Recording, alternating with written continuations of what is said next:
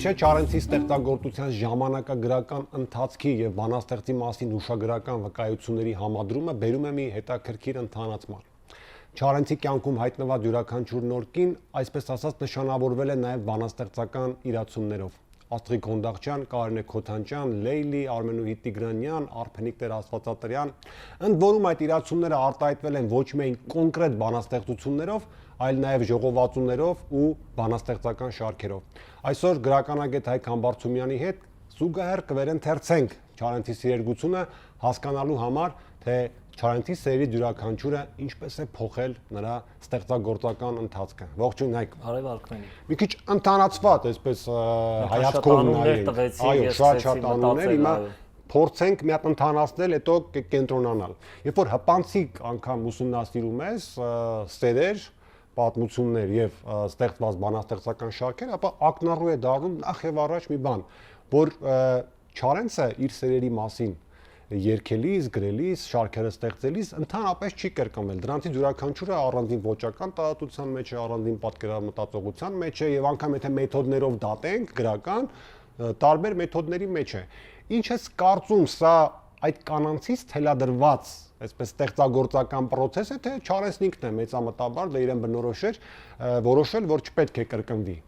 Իմանալով քո վերաբերմունքը պոեզիայի ստեղծման եւ կենսագրական փաստերի հարաբերության մասին, իհարկե կարող եմ ասել, որ եւ դու էլ գիտես իմ վերաբերմունքը, իհարկե կարող եմ ասել, որ պայմանավորված չէր անձերի, առանձին անձերի անհատական հոգեբանական խառնվածքով, նրանց հարաբերությունների,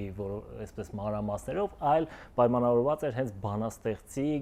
գեղարվեստական, մեթոդական եւ այլն փնտրտուքների հետ։ Եթե հիշենք հենց քո թվարկած առաջին հենց այս շարքը 3 տխրադալուկ աղջկան, իր կյանքի որոշակի փուլը, ուրեմն աստղիկը,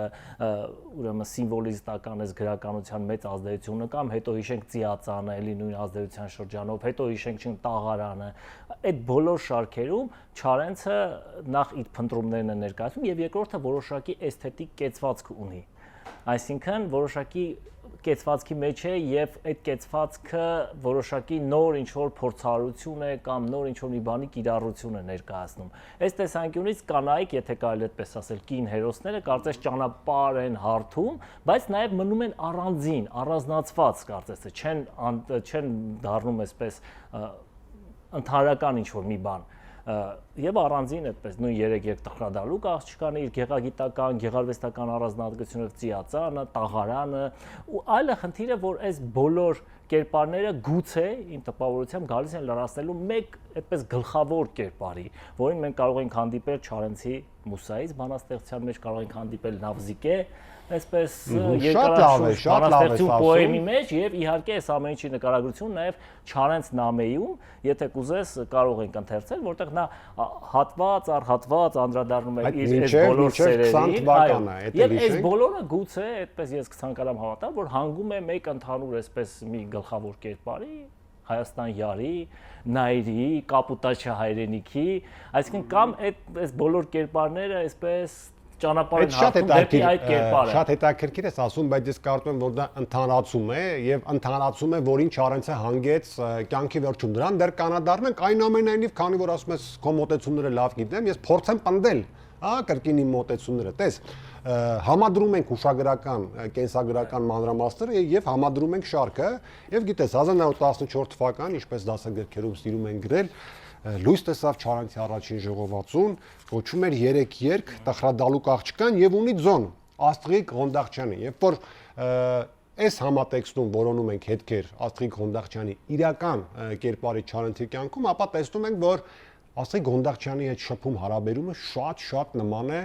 այն բանաստեղծական շարքին, որը կոչվում է 3 երգ, տխրադալուկ աղջկան։ Հանդիպումների գրեթե բացակայություն, մերձ շփումների գրեթե բացակայություն, այսինքն իրականություն, որից որևէ կերպ կկարչեր Չարենցը եւ կստեղծեր իրական ռեալ սերգություն, բացակայում է։ Բնականաբար մենք 3 տխրադալուկ աղջկան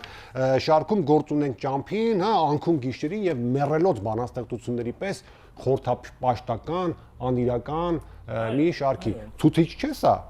ինչին, որ հենց կենսագրությամբ եք, այո, գուցե եւ ցուցիչ է, ես հիմա բացել եմ նաեւ Չանես Նամե պոեմի համապատասխան հատվածը եւ ահա 12 թվին առաջին անգամ այնտեղ առաջին համբույրս տվի քեզ հիշատակ անթև, ես ուզում էի շոկ իրան Շիրազի վարդեր կարմիր, բայց գտա անկողնի վրա տարածված մի պաղ մարմին, ներիր աստղի քոնտաղչյան իմ լուսե բարեկամ ներիր։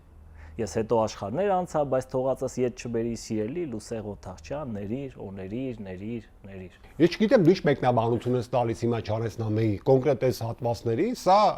իմ ընկալմամբ ավելի առարկայական է ցուցադրում են հեռադրությունը դիստանցիա կոչվածը, որ իսկապես կար Աստղիկի եւ Չարենցի միջեւ եւ արտահայտվել է շարքում։ Անցում կատարենք հաջորդին, որը իմ կարծիքով շատ հետաքրքիր է եւ ուշագրական մանրամասների նաեւ տեսանկյունից, ինչու եմ սա շեշտում, որտեվ այդ հուշերը պատմել է ոչ այլ ոք,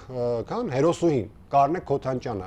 Խոսքս Ծիածան շարքին է վերաբերում, գիտես որ Չարենցի հայրը վաճառական էր, Աբգար աղան եւ երբ որ Չարենցը տեղափոխվել էր Կարսից, Աբգար աղան որոշել էր Չարենցի միջոցով իր այդ առևտրական գործը շարունակել եւ իր այդ փուշիները շալեր են դրանք հատուկ Չարենցի միջոցով փորձում էր վաճառել եւ մի օր Կարնե Քոթանյանն է պատմում, որ ահա այդ փուշիները երբ որ բերել էին Կարսից, ահա ինքը փորձում է իր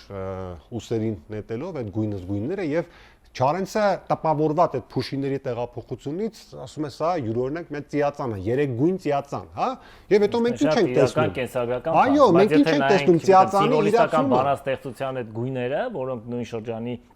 ռուսական բանաստեղծության մեջ տարածված են շատ բաներ։ Ես այլ բացատրություններ եմ լսել, որ երագույն դրոշն է խորհրդանշում եւ այլն։ Իսկ կարտոն դա արհեստական է։ Այսինքն տարբեր բացատրություններ կարող են լինել, այստեղ կենսագրական փաստը եւ այդ սիմվոլիստական գրական ուղղությանը մեթոդին բնորոշ առանձնահատկությունները գեղարվեստական կարծես թե համադրվել են եւ Այսինքն այն որ ասում է համընկել են, հա? Այո, համընկել են։ Համընկել են, բայց խնդիրը ամեն դեպքում էլի բոլոր դեպքերում մենք գալիս ենք Մուսային, այդ դու ընթերցի հետո ես նաև Մուսայից բանաստեղծությունը կկարդամ եւ եթե նաև կրկին Նավզիկեին անդրադառնանք, մենք այնտեղ տեսնում ենք հենց այս Մուսայի հերթագայումները։ Կան իհարկե Մուսայի հերթագայումները, բայց ես ուզում եմ պնդել այնուամենայնիվ, որ հետաքրությունները պոետական հետաքրություններ, բնականաբար այդ շրջանի ռուսական սիմվոլիզմին ծանոթություն, բայց ահա այդ պատահական, հա, գուցե դեպքը հենց դա է ազդակը գլխավոր այս շարքի ծննդի Ծիածան շարքի, որը ձոնված է Կարնե Քոթանյանի եւ ինչն է այստեղ շատ հետաքրքիր, կան նաեւ ուշագրական մանրամասներ, ելի բերեմ Կարնե Քոթանյանից մի հուշ, երբ որ ինքը հեռանում է եւ Չարենցը գալիս է նրան կայարանում ճանապարհելու, հա, ահա այս ուշագրական դրվագն էլ ամբողջովին իր իրականությունը տեղ է գտել այնպիսի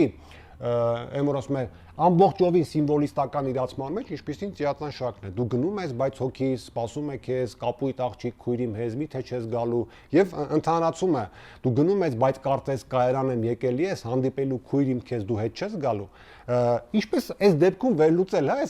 այս համադրումները բացառենք Կարինեի հետ վերլուծում հիշենք հուշը, բայց նաև անդրադառնանք եւ համապատասխան մեթոդին, կապույտ քրոջը եւ այս կերպարի զարգացումը, եթե նույն Մուսան է կամ ներշնչման աղբյուրն է Աստղիկ Ղոնտաղչյանից մինչև Կարինե Քոթանյան, սրանք երկու տարբեր կերպարներ, կանայք ներշնչման աղբյուրներ են։ Եվ երկու տարբեր շարքեր են։ Այո, եւ երկու տարբեր շարքեր են։ Այստեղ Աստղիկին նման է 3 տխրադալուկ աղջկան, Կարինեին ըստ էության նման է Ծիածանը, ինչու որտեվ Կարինեն ինքը ոչ այդքան հայկական, հա, եթե լուսանկարները տեսել ես, ոչ այդքան հայկական արտաքինով էր, փոքր ինչ ռուսականություն կար մեջը, աչքերը ավելի բաց գույնի եւ նաեւ գուցե խաղերն է, որ տվել են նման հնարավորություն Ծիածանին ավելի ում էր նման։ Տես հետաքրքիր է եւ այդ հարցն էլ կուզեի անդրադառնալ Լուսանփոփի պես աղջիկ ավելի շատ նման է Աստղիկ Ղոնտաղչյանին, մանավանդ եթե վերհիշենք Չանես Նամեի քո կարդացած հատվածը, բայց այստեղ էլ ես էլի չեմ հանձնվի եւ կպնդեմ, որ այստեղ էլ կա նաեւ կենսագրության որոշակի անցում, ինչու եմ սա պնդում, որտեվ Չարենցը փորձել է նաեւ այդ հերթագայությունը ապահովել, ես հետո էլ օրինակներով ցույց կտամ, այստեղ ինչն է հետաքրքիր, տես կա տաղ անձնական բանաստեղծությունը, որտեղ կա հայտնի խոսքը, հա, եւ Կարինե Քոթանյանին անգամ չասած մնաց բարով, եւ կա հերացումի խոսքերը, իմ աշկերում ես այնքան կրակներ եմ մարել եւ այլն, սրանք Կարինե Քոթանյանի այսպես մուսայությամբ ծնված գործեր են։ Եւ եթե այդ բանաստեղծությունների տաղաչափությունը դիտարկենք, սրանք դասական տաղաչափությամբ ստեղծված կանոնիկ գործեր են առանց այսպես սեթևեթանքների։ Բայց երբ որ Չարենցը հա տաղ անձնականի համաբանությամբ տաղաչափությունը նկատի ունեմ, հա ստեղծում է տաղարան շարքը, դա արդեն զոնում է Արփենիկ Տեր Աստվածատրյանին, Արփիկին, տես, մենք ինչ պատկեր ենք ստանում, ունենք Աստղիկ Գոնդարչյանի ֆենոմենը, որը ծիածանում արձագանքվում է լուսամփոփի պես աղջկանով, հա, եւ ունենք հետագայում Արփիկի ֆենոմենը արդեն տաղարանում, որը արձագանքվում է Կարենե Քոթանջյանի այսպես տաղանձնականով ստեղծված տաղաչափությամբ։ Տես ինչքան կարևոր են անցում։ Այսքան իրանք փոխանցում են, հաջողվում են ես կարծում եմ, որ այդպես է։ Այո, եւ այս հերթագայումների ընթացքը կրկին էլի Չարենցն մենք տեսնում ենք եւ տեսնում ենք այդ բանաստեղծի փնտրումը, բայց նա անընդհատ ինչ որ կրակ է փնտրում, որը իհարկե նաեւ երևի Չարենցն պոեմի գրման ժամանակաշրջանի, այո, եւ այդ բաների հետ կապված ինքը իր կենսագրությունը, այսպես ասած, ինչպես է ընկալում, իր փնտրումները, ինչ է նա փնտրում ի վերջո։ Արթնացավ հրկիզող մի սեր, Կարինե Քոթանջյան, Ծիածանը արևն է այնտեղ, Նայիրյան թախիծի միջից, թեև ավելի շատ այնտեղ Նայիրյան թախիծ ենք տեսնում, բայց ոսկե արևը հա կա իհարկե, հրկիզված իմ հոգին բանտել եւ ուզում է անդարս շիջի, Իրանի արևն է շոկ, լացակումած կապույտը Նայիրի ու թախիծը խեղդող ճնշող խառնված ոսկի նման հրին, դեռ չկար աշխարհում անշող, դեռ չկար արև Նայիրին։ Ուրեմն ճանապարհը դեպի Նայիրի։ Ինքը գոնե այս պոեմում 30 թվականին գրված Չարենցի դեպքում կա։ Ես վերադառնամ դասականության, հա, եւ թողից ներվի, եթե դուելների, եթե որոշ պրոզայիկ այսպես արտահայտություններ անեմ, տես, եթե հիմա կին տղամարդ հարաբերությունները վերլուծենք, այդ վեհություններից մի քիչ առարկայանանք եւ պրոզայիկանանք, էլի։ Որն է կին տղամարդ դասական հարաբերության այսպես ձևը։ Հարցնում ես։ Հարցնում եմ, բայց պատասխան ունեմ։ Ըստիս, լավ, ըստիս որպեսզի քեզ չչարչարեմ, իմ ընկալմամբ դա հետեւյալն է, երբ որ կինը եւ տղամարդը արդեն ամուսնանում են եւ դա նրանց հարաբերությունների դասական ավարտի տարբերակն է։ Հիմա այս առումով այո, ես այս առումով կարծում եմ, որ վերադարձը դասական են տաղաչափությամբ, դասական պատկերամտածողությամբ եւ Սայաթ-Նովյան հենքով տաղարանի ստեղծումը եւ ձոնումը Աստղիկին, ահա սա դրա ցուցիչներ է, պատահական չէ, որ տաղարանի ստեղծումից կարճ ժամանակ անց Չարենցը եւ Աստղիկը ամուսնացան, հա? Սա ցուցիչ էր, այսպիսի նշանների էլ չես հավատում։ Չէ, իհարկե կարելի է անկախ իմ հավատալուց կարևոր Չարենցը ինքը հավատում էր եւ անկախ ամեն ինչից թերևս նաեւ ճակատագրապաշտ էր եւ այդ բոլոր կանայք նրա համար եւ ստեղծագործությունը ընթերցելիս այդ տպավորություն ստանում ենք ճակատագրական նշանակություն ունեցած կանայք են նրա գեղարվեստական, գեղագիտական փնտրումները նշանավորող, նրա կյանքում տեղի ունեցող կարևորագույն փոփոխությունները, նույնիսկ երկրի կյանքում տեղի ունեցող կարևորագույն փոփոխությունները կարելի է այստեղ տեսնել։ Համաձայն եմ, որ սա կարող է լինել եւ հատկապես Արփենիկի եւ կրկին, որպեսի շատ այս կողմ են կողմ չընկնենք եւ Չարենց նամեում Արփենիկի կերպարը կա, որին գալիս է, բայց կրկին օրինակ Չարենց նամեում շատ կարևոր է այդ Նայիրի փնտրտուքը, ինչ որ չափով փնտրտուք, նաև ազատագրումը եւ այս նոր կերպարի գալուստը, թե Աստղիկ Գոնդարչյանը, թե Կարինե Քոթանջյանը, նրանք այդպես հին Նայիրին էին խորհրդանշում եւ նորը պետք է լիներ Արփենիկը իհարկե, Արփենիկ Աստվածատրյանը, որը կարող էր կինը լինել, կարող էր չլինել, այսինքն անձնական կյանքի ինչ որ հարգրված չէր նշանակում, որ այդտեղ ամեն ինչ ավարտվում է։ Այլ կլասիկությունը կա, էլի։ Փնտրտուքը իհարկե շարունակվում է եւ օրինակ եթե թույլ կտաս Մուսայից բանաստեղծությունից մի հատված կընթերցեմ, որը իդեպ 30-ականներին է գրվել եւ որում այդ ժամանակ Արփենիկն արդեն չկար, սա ֆիքսենք որպես որովհետեւ հետո էլի բաներ են պնդել։ 30 թվականն է սա կոնկրետ գրվել, ուրիշ էլ ունի։ Նախ աղջիկ էի դու մի հասարակ, որ դեմս ելարորերում դժնի անձրև էր մահում իմ գլխին բարակ ու չկար կյանքում սրբազան կրակ եւ լույսն էր ծորում երբեմն լուսնի։ Կքվեցիր դու ինձ գնքվանքով քնքուշ, ինչպես լուսահար աղջիկն է գնքվում եւ այլն եւ այլն։ Հիշում ենք նաեւ Նավզիկե պոեմի Դրան դեռ կանրադառնանք։ Հետո այլ փուլերում ուրեմն դու դավաճանեցի մի գիշեր ես քեզ ուզեցի ընտրել սիրուհի մի սար, որ ինձ երկաթե երազներ երկեր եւ առանց սիրո, առանց կրքի տաներ ինձ մի նոր երկաթե աշխարհ։ Քո պայծառ մաքուր շունչը կենթանի ուզեցի փոխել ես բետոնի հետ, սիրտս դարձնել պողպատե անիվ, երես դարձնել անդարձ քեզանից եւ դառնալ անկիրք աշխարհի պոետ եւ այլն այստեղ։ Դու դրանից ես հաստատելու իմ ասածը, Հայկ։ Հա, բայց ոչ թե կենսագրական իմաստով, ես գալիս եմ հաստատելու իմ ասածը, որ բոլոր այս կանայք լրացնում են այդ նույն մուսայի կերպարը եւ նաեւ այդ մուսան կարող է ի վերջո հանգեցվել Հայաստան յարի կերպարին։ Շատ լավ։ Հիմա եթե այս փնտրումներն են, համենայն դեպս պատմական ինչ որ բաներ կան նաև այս տեսանկյունից ընթերցումների Շատ լավ, հիմա տես, երբ որ ես էլի պնդեմ այդ դասական տարբերակը ամուսնանալու, այնտեղ կա արդեն ամուսնական կյանքի շրջանում այլ կանանցով հրապուրվելու այս թեման, հա։ Եվ Չարենցի հետ կապված շատ այդպես կյանքում էլ կա Չարենցի դեպքում առավել եւս, տես երկու շարք այս դեպքում շատ ակնառու են։ Առաջինը Էմալե պրոֆիլը ձեր ձոնված Արմենուհի Տիգրանյանին եւ կրկին ինչ որ էսթետիկական որոշակի խաղարկում։ Այո, փողոցային պճպճրուհի 7 բալադներ են այնտեղ ձոնված Լեյլին։ Իհարկե այս դեպքում ձոնը չկա, բայց պահպանվել է Չարենցի նամակը Լեյլին, որտեղ Չարենցն ասում է, որ քեզ եմ նվիրել այս 7 բալադները։ Տես, հիմա երբ որ գանք էլի ոճին, ոճով սրանք բոլորովին այլ բաներ են։ Ունդ որում եթե կարելի է նկատել, շատերը կապում են, չէ, Էմալե պրոֆիլը ձերը Տերյանի կատի դրախ չարքեր, այսինքն էլի դասականություն կա, բայց սրա մեջ կա նաև քաղաքինության որոշակի ծաղր, եւ եթե էլի նկարներով կամ ուշագիրների վկայություններով հիշում ես Արմենուհի Տիգրանյանի կերպարը, շլյապա, չգիտեմ եւ այլն, լենտ եւ այլն։ Ապա տեսնես, որ Չարենցը այստեղ էլ է հարազատ այնին նկարագրած իրողությանը։ Նոր կինը գալիս է պայմանավորելու նոր ոճ Չարենցի պոեզիայի։ Միթե սրանք էլ ակնառու։ Բայց հետո այդ ոճը շարունակություն ստանում է, հետաքրքիր է։ Իհարկե ես համաձայն եմ, բայց չի ստանում, որովհետև ինքը ավարտվում է որպես մի այդպես ժամանակավոր հանգրվան։ Շատ լավ, անգամ ժամանակավորի բնույթից եւ գալանտ երկերի տիպը բանաստեղծության եւ փողոցային պճրուհուն այդ շարքի բալադների տիպը որպես իրացում տաղարանի տիպը այո մնում են որպես բացառիկ, այսինքն պարտադիր չի որ դրանք շարունակություն ստանան, հա, սա էլ եւ իրենց հարաբերությունների բնույթն եմ նաեւ մատնանշում եւ ազդում է բանաստեղծական ընթացքի վրա։ Ես վերադառնալով այն շատ հետաքրքիր է եւ անլուծելի է դա, ես այս օրերին անընդհատ մտածում եմ, էլի ինչու հատկապես, ինչու այդ նախ այդ զոներքերը, զոնելու ցանկությունը եւ հատկապես կանանց նա այլ շրջապատի մարդկանց էլի ձոներ ունի։ Դե Աքսել Բաքոսն էլ նվիրված ունի, բայց դրանք ուրիշ իրացումներ են։ Այո, եւ այստեղ իսկապես էս ինչ որ էսթետիկական խնդիր կա առաջին հերթին։ Կարծես նա գնահատում է իր կյանքի այդ շրջանում հայտնված եւ ինչ որ նշանակություն ունեցած այդ կանանց կամ գուցե, չգիտեմ, սիմվոլիստական պոեզիայում համաշխարհային էլի ընդունված է տեսակ ձոներքերը, գուցե այսքան ձոները եւ նա այդպես որպես մի արարք, այսպես նվիրում է անում։ Կա, հիմա ուշադրություն գալիս ենք մի շատ կարևոր հանգրվանի,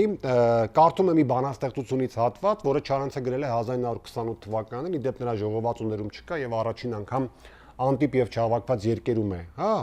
հանրայնացվել, այդտեղ էսպի տողեր կան։ Ես արդեն անցել եմ ճանապարհը, երկրային բոլոր հույզերի, ինձ համար արդեն դժվար է հավատալ երկերին ու սերին, ել ինչու ես ուզում դու գրկին բորբոքել իմ հոգում նոր սեր, ել դժվար թե դառնամ ես երկիչ եւ սիրո սոնետներ հյուսեմ։ Իհարկե կարծեմ առեսօր վերլուծված չէ թե ով է Օրիորդ X-ը, որին զոնված է այս բանաստեղծությունը, բայց ինձ համար ինչն է հետաքրքիր, ըստ էության 1928 թվականից հետո, երբ որ Չարենցի կյանքում արդեն չկար Արփիկը, Արմենուհի Տիգրանյանի հետ հարաբերությունները այդ բնույթի չէին, նույնիսկ Լեյլիի հետ հարաբերությունները այդ բնույթի չէին, ըստ էության չի եղել այդ շրջանում Չարենցի կյանքում նոր կին եւ բնական է որ մենք այլևս չենք հանդիպում սիրային բանաստեղծությունների։ Եվ այստեղ ինչն է հաջորդում, գալիս է Իզաբելլա Չարենցի գործոնը։ Եթե հիշում ես մեր Թումանյանի սերերի քննարկումից, ես այդ հարցադրումը էլի բարձրացրի, չի կարող արդյոք սեփական կինը լինել մուսա եւ Իզաբելլայի օրինակով պարզում է որ չէ, որտեղ այդ ամբողջ ընթացքում Չարենցը չի գրել ոչ մի սիրային բանաստեղծություն, մի փոքրիկ այսպիսի բանաստեղծություն կամ միայն էպիկական լուսաբացում, խառը բանաստեղծություններ բաժնում, բայց Չարենցը Իզաբելլային հիշում է ասեն իրեն դժվար շրջանում, նրան զոնում է իմ մահվան օրը Կիշտին լռություն բանաստեղծությունը եւ մեկ էլ եմ որ ասում են տադադադամ Նավզիկեն, Արփիկին, Իզաբելլային։ Այ եկանք քո այն ասած ընդհանրացումներին։ Նավզիկեն ըստ էության ընդհանրացնում է այս բոլոր կանանց, հա, եւ այստեղ է որ հայտնվում է Իզաբելլային։ Այս Նավզիկեի ֆենոմենը ոնց կբացատրես։ Որպես փրկիչ։ Համենայն դեպս այդ բոլոր կանանց երևի Չարենցը իր կյանքի փուլերում ընկալել է որպես փրկիչ այն գործառույթով եւ այն սյուժեին համապատասխան, որը Հոմերոսի Ոդիսականում կարող են տեսնել, Նավզիկեն, ուրեմն Փեակների թագավորի դուստրը գալիս է եւ գտնում է ուրեմն Ոդիսևսին, ըստ էության փրկում է նրան եւ հետո հնարավորություն է առաջանում վերադառնալու։ Հիմա նաեւ վերջին, այսպես փաստորեն այս ամեն ինչը համընկնում է Չարենցի կյանքի ամենածանր եւ ողբերգական շրջանին, այստեղ Իզաբելլային։ Այո, Իզաբելլային, բայց այստեղ գուցե այս սիրո մասին գրելու արդեն տրամադրություն եւ ներշնչանք չկա, անկախ նրանից ինքը ինչ վերաբերմունք уներ Իզաբելլայի նկատմամբ եւ նրանց հարաբերությունը բավական կարճ են տևում եւ էլի շատ ծանր։ Նա ներշնչանքի բացակայություն դուրս գալ այդ արփիկի կորստի այդ ամբողջ հուսահատությունից եւ երեխաներն են ծնվում ի վերջո։ Այո, բայց հետո եւ գուցե դեռևս ժամանակը քիչ էր, որpեսզի այս ամեն ինչը դառնար սիրային բանաստեղծություն։ Ժամանակ չկար ուղակի։ Բայց Չարենցը ասում է իմ ամենաչկնաղ երկը։ Այո, Նավզիկեով ամբողջացնում։ Ներշնչում, բայց գրվում է նրա ամենաչկնաղ երկը։ Ինչ էր Սիմիջարը։ Ոդիսեսը հավատարիմ էր իր Պենելոպեին։ Չէ, այստեղ մի բայց նրա փաստորեն գնահատում էր նրա արած գործը։ Այստեղ մի շատ ընդհանրացում կա շատ կարևոր, իմ չսիրած աղջիկ տվեցի քեզ, հա, ինչ որ տալու էի ասում էի այս աշխարհում նրանց, իմ չսիրած աղջիկ տվեցի քեզ, էլի ստեղծագործական ներշնչանքի տեսանկյունից արդյոք Իզաբելլան այդ հանգրվաններ կարող ենք իրեն հանգրվանային այդպես դիտարկել։ Կարող ենք թերևս ոչ սիրային բանաստեղծության տեսանկյունից, բայց ընդհանրապես ուղղակի այդ Չարենցի կյանքի վերջին շրջանի եւ նրա այդ օրերին ստեղծված ստեղծագործությունների տեսանկյունից իհարկե հանգրվանային համարել, որովհետև կրկին բոլոր կանայք Չարենցի կյանքում հանդիպած ճակատագրական նշանակություն են ունեցել, նույնիսկ, չգիտեմ, Մարիաննա Այվազյանը, օրինակ, որի հետ այդ հարաբերությունները ավարտվել են բանտարկությամբ, չէ՞։ Եվ որին ի դեպ զոնված է ձիու մռոտ բանաստեղծությունը, բայց դա այլ խոսակցության թեմա է։ Հայ ես կուզեի Նավզիկեի մի հատվածով ամփոփեինք մեր զրույցը, ինչու որտեղ եսա ինչպես Թումոյանի դեպքում ասում ենք, որ սերը անհակ սովի պես էր, իսկ թվում է Չարենցն էլ այնուամենայնիվ այդ երկար ճանապարհ անցնելով ունենալով այդքան կանանց, նրանց զոհելով բանաստեղծություններ, այնուամենայնիվ շարունակեց փնտրել իր Նավզիկեն եւ իրենից լավ երևի ոչ մեկ չի մեկնաբանի այս ընթացքը, տես, եւ իմ գրքերն ամեն, եւ իմ երգերն անմեռ, եւ բորբոք հուրն իմ այս ծարավի կեզ, ինչ որ արել եմ ես, ինչ անելու եմ դեռ, քեզ գտնելու համար է իմ Նավզիկե։ Այո, հավերժական փնտրումը թե պոեզիայի, թե մուսայի եւ թե սիրո իհարկե, այս բոլորը երևի իրարից տարբերակելը, առանձնացնելը դժվար է եւ այդ հավերժական փնտրման մեջ է արվեստի, գրականության, բանաստեղծության այդ նաեւ հմայքը։ Շարունակենք ամեն օր ընթերցել Չարենց եւ հատկապես նրա սիրելգությունը։ Այո, զուգահեռ ընթերցենք։